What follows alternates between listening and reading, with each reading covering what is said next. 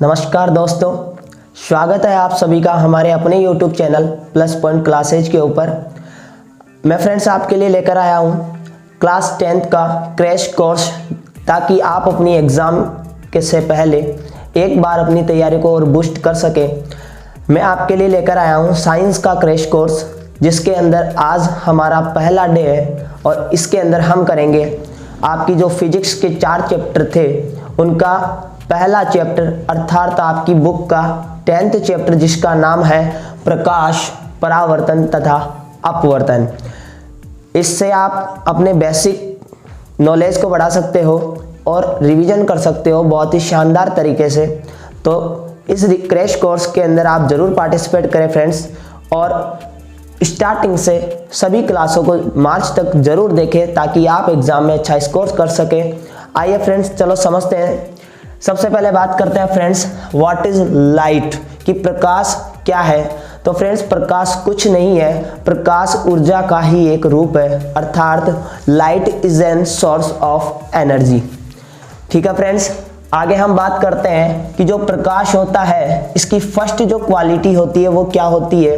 तो प्रकाश जो होता है वह हमेशा सरल रेखा यानी कि सीधी रेखा के अंदर गमन करता है, अर्थात सिर्फ इसकी सेम डायरेक्शन होती है, ये कभी डायरेक्शन चेंज नहीं करता है। इसका सबसे बेस्ट उदाहरण है फ्रेंड्स कि जब हम किसी कमरे में बैठे रहते हैं और कोई एक होल होता है तो उसमें से बिल्कुल स्ट्रेट प्रकाश अंदर आता है। इसकी दूसरी प्रॉपर्टी है फ्रेंड्स कि प्रकाश की जो चाल है वह मैक्सिमम मानी गई है। जितने भी अर्थ के ऊपर प्लैनेट्स है, कॉस्मोस के अंदर प्लैनेट्स है या अदर कोई ऑब्जेक्ट है, सब में लाइट की जो स्पीड है वो मैक्सिमम मानी गई है, और लाइट की स्पीड मानी गई है 3.8 इंटू 10⁸ मीटर पर सेकेंड, अर्थात 3.8 गुणा 10 की घात 8 मीटर पर सेकेंड इसकी मैक्सिमम स्पीड मानी गई है। और फ्रेंड्स याद रखना, यह जो स्पीड मानी गई है वह निर्वात के अंदर अर्थात वैक्यूम के अंदर मानी गई है।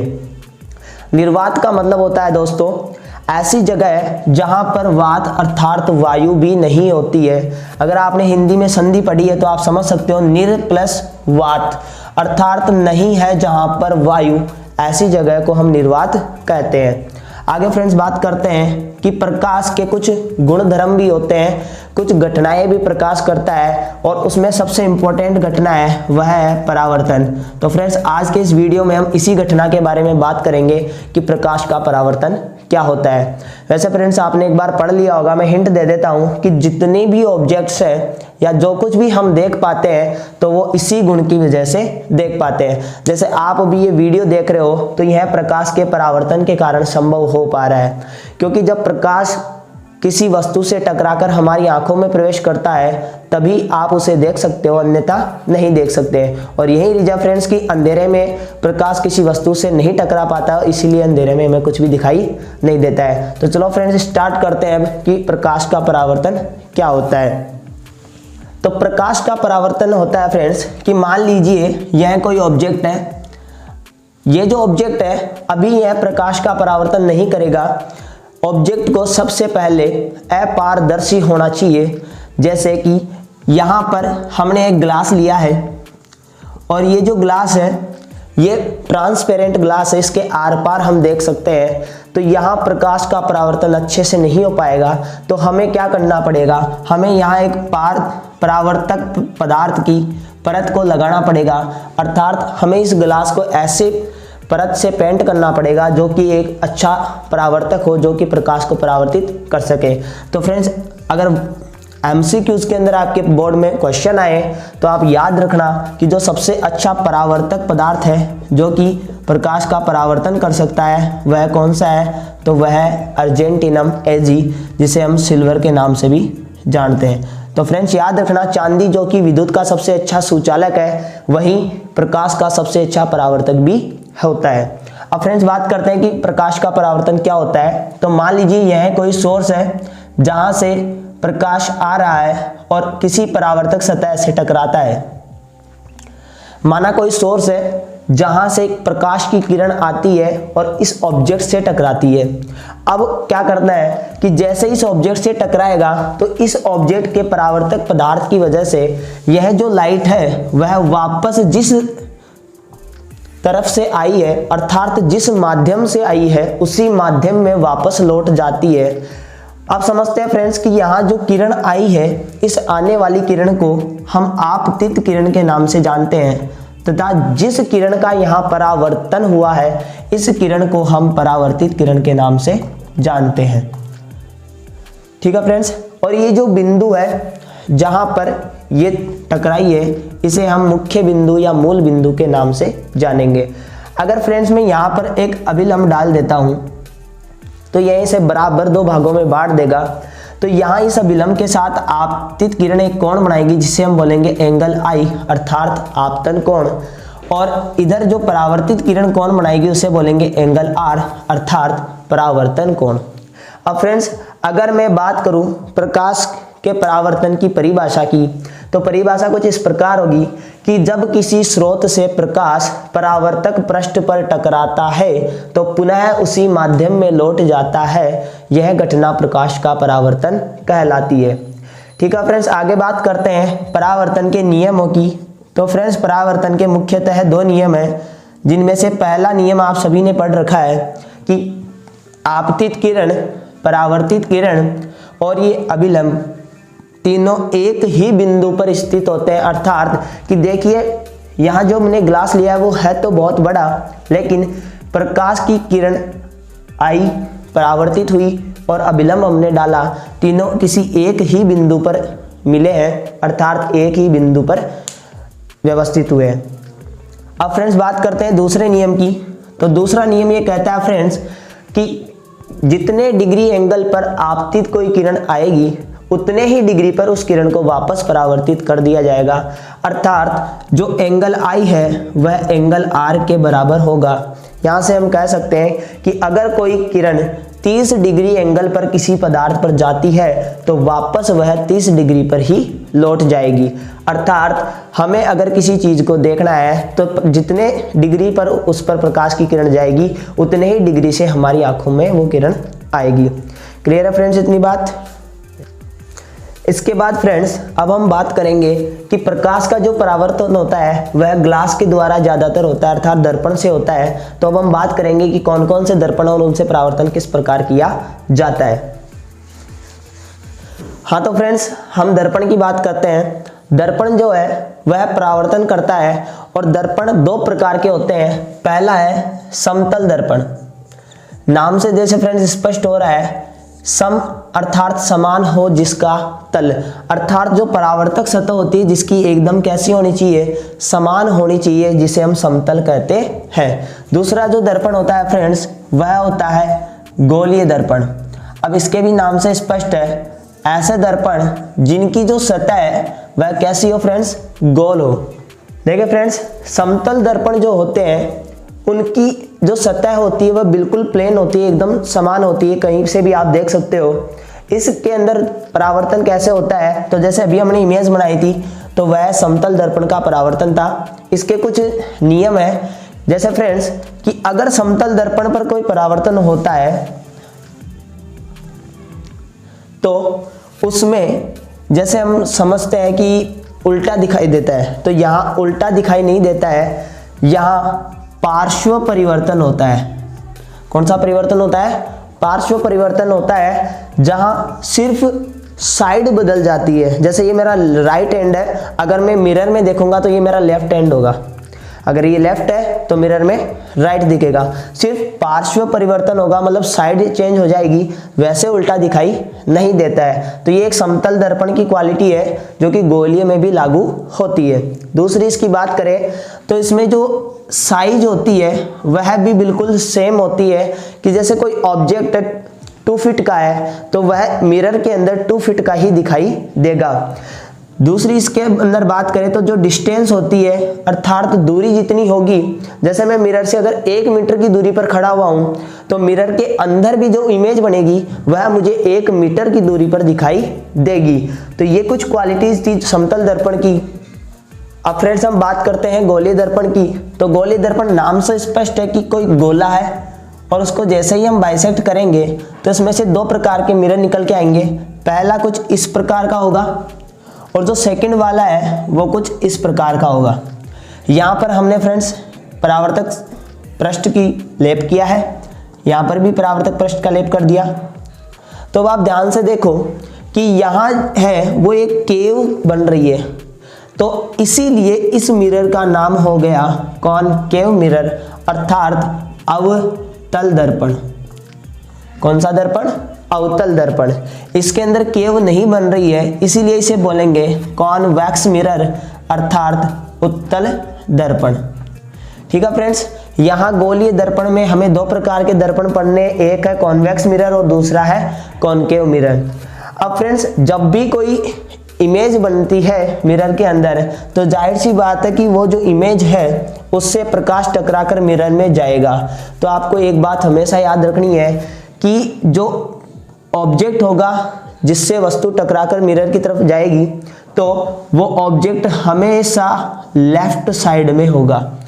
अगर हम कॉन्वेक्स की बात करें और अगर हम कॉनकेव की बात करें, किसी की भी बात करें, जो ऑब्जेक्ट है हमेशा लेफ्ट साइड में रखा जाएगा। लेफ्ट साइड से किरण जाएगी, टकराएगी और वापस लेफ्ट साइड की तरफ आ जाएगी।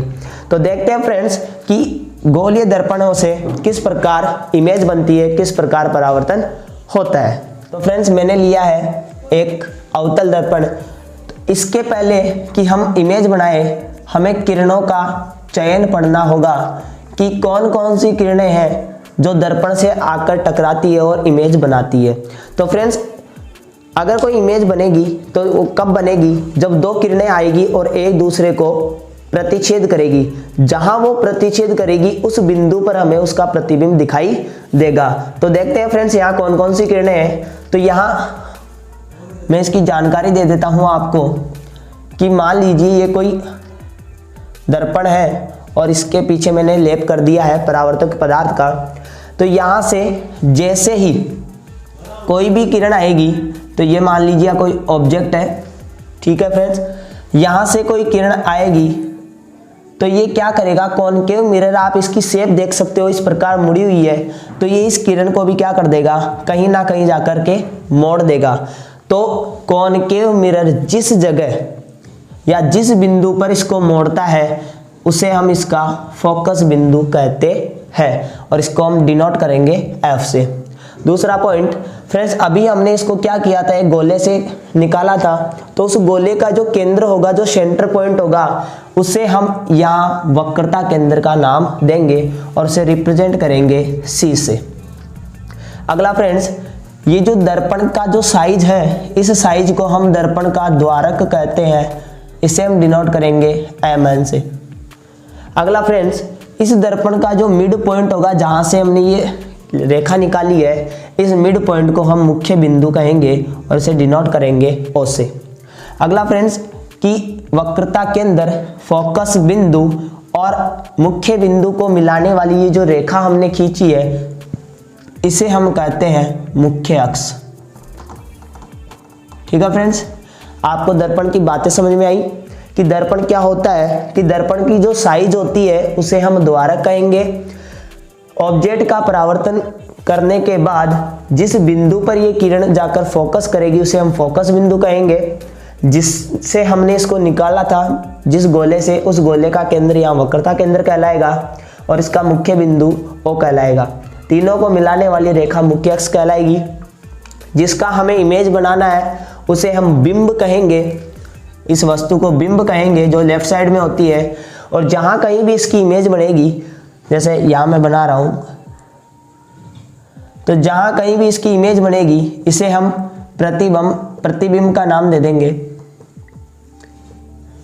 आगे बात करें फ्रेंड्स, तो अब हम इसकी कुछ दूरियों की बात करेंगे। तो फ्रेंड्स, जो भी दूरियां नापी जाती है वह मुख्य बिंदु से नापी जाती है। मुख्य बिंदु इसका O है, तो यहाँ जो कुछ भी दूरियां होगी वो सारी O से नापी जाएगी। सबसे पहले मैं बात करता हूं फोकस दूरी की। तो फोकस बिंदु यहाँ है और मुख्य बिंदु यहाँ है, तो हम इसकी डेफिनेशन लिखेंगे कि फोकस बिंदु से मुख्य बिंदु तक की जो दूरी है उसे हम फोकस दूरी कहते हैं और इसे डिनोट करेंगे स्मॉल f से। अगली इसकी वक्रता त्रिज्या। तो आप सब जानते हो फ्रेंड्स कि ये एक गोला था और ये इसका केंद्र था, तो केंद्र और गोले की परिधि के बीच की दूरी त्रिज्या कहलाती है। और ये सिर्फ एक वक्र की त्रिज्या है, इसलिए हम इसे वक्रता त्रिज्या का नाम देंगे और इसे हम डिनोट करेंगे कैपिटल आर से, क्योंकि जो गोले की त्रिज्या होती है वो स्मॉल आर होती है और इसकी हम त्रिज्या को कैपिटल आर से डिनोट करते हैं। यहाँ से फ्रेंड्स रिलेशन होता है कि आप खुद देख सकते हो कि ये जो त्रिज्या है जो आर है वह इस फोकस दूरी की डबल है, तो यहाँ से एक रिलेशन निकल के आ रहता है r is equal to 2f। याद रखना फ्रेंड्स। अब सबसे इंपॉर्टेंट डेफिनेशन फ्रेंड्स जो शायद आपको भी अभी तक दिक्कत कर रही हो वह है फोकस तल। बड़ी आसान परिभाषा है, बस जरा समझते वक्त थोड़ा सा ध्यान देना। ध्यान से देखो फ्रेंड्स, यहाँ लिखा हुआ है फोकस के ऊपर बनाया गया तल, तो इसकी डेफिनेशन ये होगी कि ये जो फोकस बिंदु है इसके ऊपर बनने वाला ऐसा तल जो कि फोकस बिंदु पर बने और मुख्य अक्ष के लंबवत बने। ध्यान से देखना फ्रेंड्स, ऐसा तल जो फोकस बिंदु पर बने और मुख्य अक्ष के लंबवत बने, ऐसे तल को हम फोकस तल कहते हैं। उम्मीद करता हूं आपको ये बात जरूर समझ में आई होगी। आगे हम बात करते हैं किरणों के चयन की कि किस किस प्रकार से ये जो किरणें हैं वो आती है और परावर्तन होता है। अब देखते हैं फ्रेंड्स कि किरणें कौन कौन सी होती है और किस किस प्रकार से उनका परावर्तन होता है। तो मुख्यतः फ्रेंड्स यहाँ पर 4 प्रकार की किरणें होती है, जिनमें से पहली किरण है कि मान लीजिए ये कोई बिंब है और यहाँ से कोई किरण आएगी जो कि मुख्य अक्ष के समांतर आ रही है। तो फ्रेंड्स जो किरण मुख्य अक्ष के समांतर आएगी उस किरण को इस दर्पण द्वारा फोकस बिंदु पर फोकसित कर दिया जाएगा। तो याद रखना फ्रेंड्स, एक किरण है जो कि मुख्य अक्ष के समांतर आएगी, उसे फोकस बिंदु पर फोकस कर दिया जाएगा। दूसरी किरण कहती है कि अगर कोई किरण इस प्रकार फोकस बिंदु से आए तो उसे वापस इसके समांतर कर दिया जाएगा। तो 2 किरणें सेम सी है फ्रेंड्स।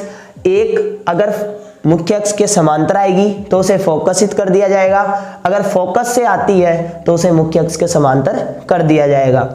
तीसरी जो है फ्रेंड्स वो ये है कि अगर कोई किरण वक्रता केंद्र से आती है तो उसमें कोई परिवर्तन नहीं होगा, वह वापस वक्रता केंद्र से ही चली जाएगी। क्योंकि फ्रेंड्स आप खुद देख सकते हो, क्योंकि हमने इसे एक गोले से काटा था, तो गोले के अंदर अगर कोई किरण आती है पूरी केंद्र से होकर तो वह व्यास बन जाता है और व्यास में कभी परिवर्तन नहीं होता है।